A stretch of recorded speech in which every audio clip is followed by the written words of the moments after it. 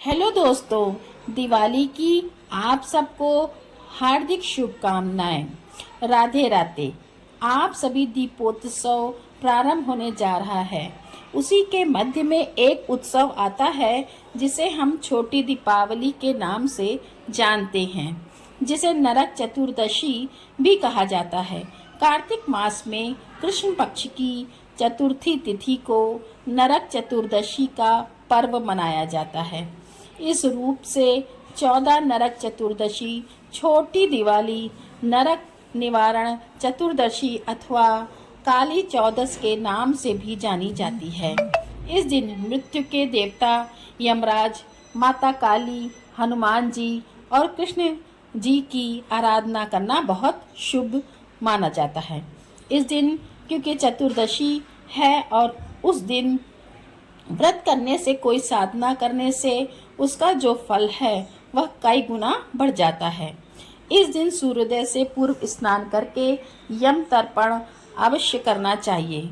जैसे हम लोग पितृ तर्पण करते हैं, जैसे हम सूर्य को तर्पण करते हैं, वैसे ही नरक चतुर्दशी के दिन सुबह प्रातः काल सूर्योदय से पूर्व उठकर स्नान करके हमें यमराज के नाम से तर्पण करना चाहिए।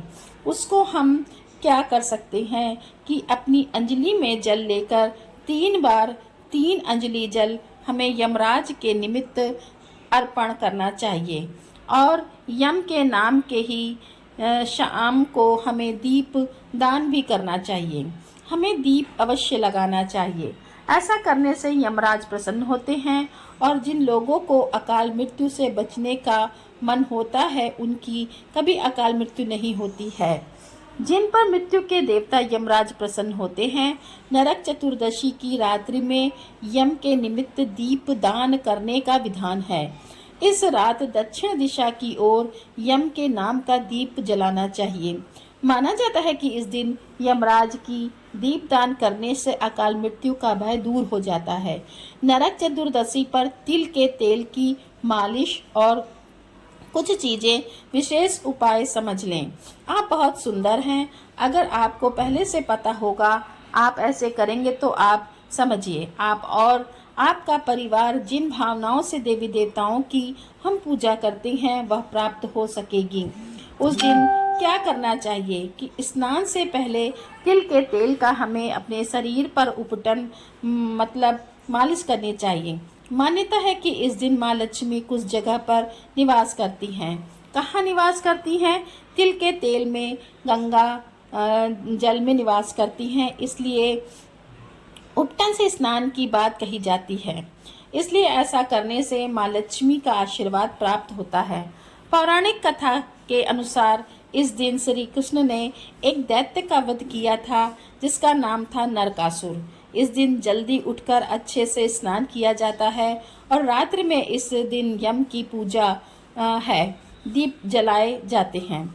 इस दिन एक पुराना दीपक में सरसों का तेल वह 5 अन्न के दाने, मतलब कोई भी अन्न के दाने, पीली सरसों के भी दाने डाल दीजिए और 5 अन्न के दाने डालकर इसे घर की नाली की ओर जलाकर रखा जाता है। यह दीपक यम दीपक कहलाता है। इसी दिन यम की पूजा करने के बाद शाम को दहलीज पर उनके निमित्त दीप जलाए जाते हैं, जिससे अकाल मृत्यु नहीं होती। यह विशेष बात समझने योग्य है। नरक चतुर्दशी के दिन जड़ समेत कुछ और उपाय समझ लें। जिनके घर में बीमारियां बहुत होती हैं, बच्चे बीमार रहते हैं या बहुत बीमार लोग हैं, दवाइयों का सिलसिला बना रहता है, इसी दिन एक काम करना है कि नरक चतुर्दशी के दिन जड़ समेत मिट्टी से निकली हुई अपामार्ग चिरचिटा की टहनियों को सिर पर घुमाएं। ऐसे क्लॉकवाइज भी घुमा दें, पूरे शरीर पर या फिर सिर पर घुमा दें। घुमाने की परंपरा है। कहा जाता है कि ऐसा करने से आपकी सेहत को कोई नुकसान नहीं होता है, साथ ही नरक का भय भी दूर हो जाता है। आप चाहें तो लौकी के टुकड़े को भी सिर पर घुमा सकते हैं।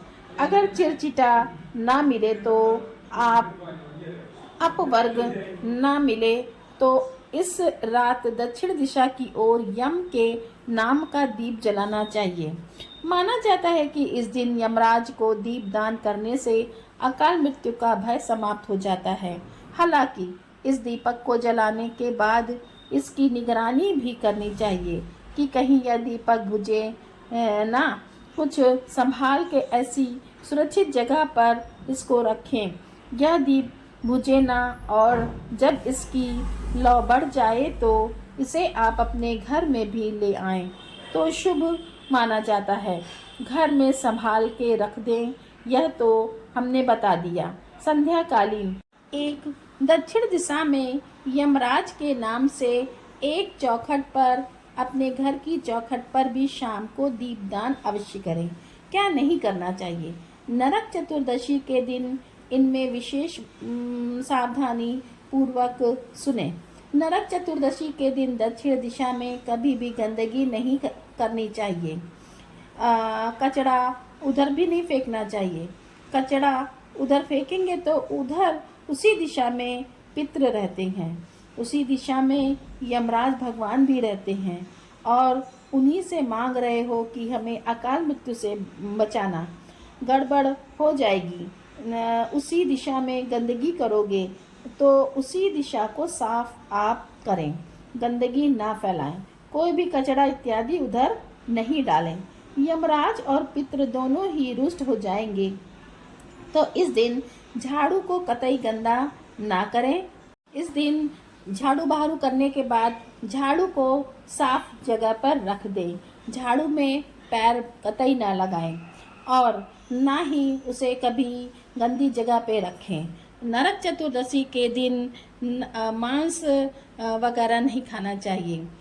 मांस, मछली, लहसुन, प्याज इत्यादि का त्याग करना चाहिए। दीपोत्सव में मांस और लहसुन, प्याज इत्यादि से बचना चाहिए। सात्विक भोजन करना चाहिए।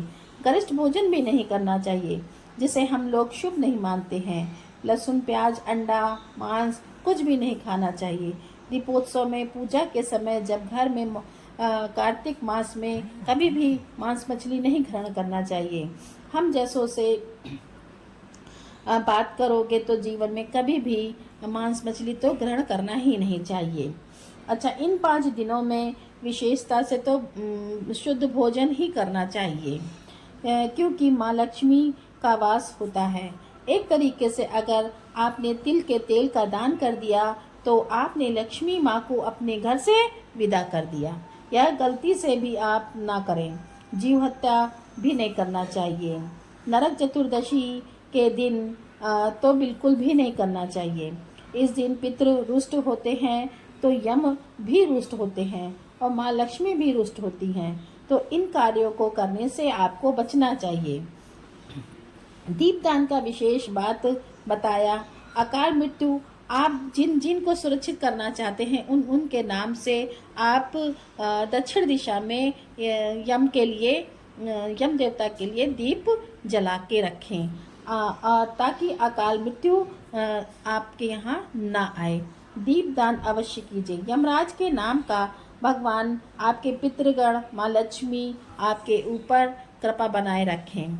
यह वीडियो सभी तक पहुँचाइएगा और यह वीडियो कैसी लगी आप हमें कमेंट में बताइए। मेरे वीडियो को लाइक करें, सब्सक्राइब करें और कमेंट में हैप्पी दिवाली लिखें। राधे राधे।